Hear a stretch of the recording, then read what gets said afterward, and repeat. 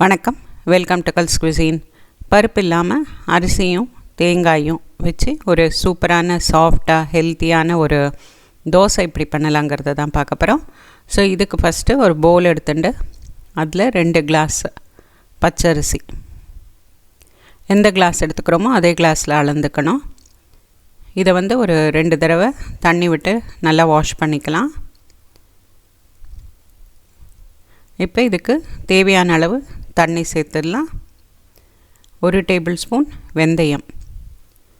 இப்போ இது எல்லாத்தையும் நான் மிக்ஸ் பண்ணிவிட்டு இதை ஒரு 4 மணி நேரம் ஊற வச்சிடலாம்.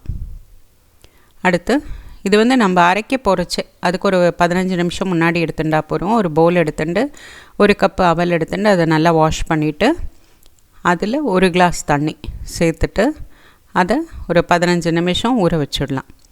ஸோ அடுத்து ஒரு மிக்சர் ஜார் எடுத்துட்டு இப்போ ஊறின அரிசியை எடுத்து மிக்சர் ஜாரில் போட்டு இது 4 மணி நேரம் கழித்து எடுத்திருக்கேன். ஸோ இதில் 1/4 கிளாஸ் தண்ணி சேர்த்து இதை நல்ல ஸ்மூத் பேஸ்ட்டாக அரைச்சி எடுத்துடலாம்.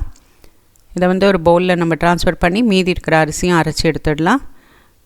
இப்போ அரிசி அரைச்ச அப்புறமா இந்த ஊற வச்ச அவல் அதை சேர்த்துட்டு அது கூட 1 கிளாஸ் தேங்காய், இப்போ அவலும் தேங்காயும் இதே கிளாஸில் தான் அளந்து எடுத்துருக்கு. இப்போ இது கூட கொஞ்சமாக தண்ணி விட்டு இதையும் ஒரு ஸ்மூத் பேஸ்ட்டாக அரைச்சி இந்த அரிசி அரைச்சிருக்கிறதோடு சேர்த்துடலாம்.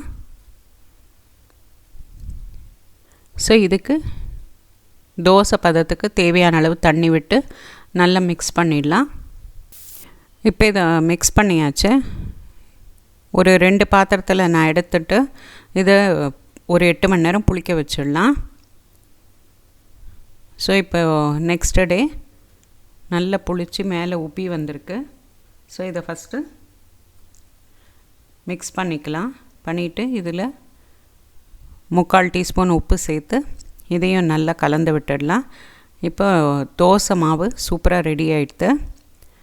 ஸோ ஃபஸ்ட்டு அடுப்பில் தோசை தவா போட்டு அது சூடான அப்புறமா ஒரு கரண்டி மாவை விட்டு ரொம்பலாம் ஸ்ப்ரெட் பண்ண வேண்டாம், லைட்டாக ஸ்ப்ரெட் பண்ணால் போகிறோம். இதுக்கு ஒரு 1/2 டீஸ்பூன் எண்ணெய் சேர்த்துட்டு இந்த மாதிரி பபிள்ஸ் வந்தப்புறமா இதை மூடி போட்டு ஒரு 3 நிமிஷம் மீடியம் ஃப்ளேமில் வச்சு குக் பண்ணிக்கலாம். இதை இப்போ திருப்பி போடணும்னு அவசியம் இல்லை, இதுவே நன்னா வெந்திருக்கும். ஸோ இதை அப்படியே எடுத்து நம்ம ஒரு பிளேட்டுக்கு வச்சிடலாம். ஸோ மீதி இருக்கிற மாவில் இதே மாதிரி நம்ம தோசையெல்லாம் வாத்து எடுத்துக்கலாம்.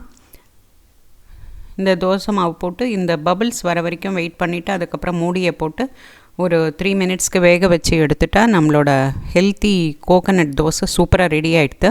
ஸோ நீங்களும் ட்ரை பண்ணி பாருங்கள். உங்கள் கமெண்ட்ஸ் எழுதுங்க, உங்கள் ஃப்ரெண்ட்ஸ் அண்ட் ஃபேமிலிக்கு ஷேர் பண்ணுங்கள். என்ஜாய். தேங்க்யூ.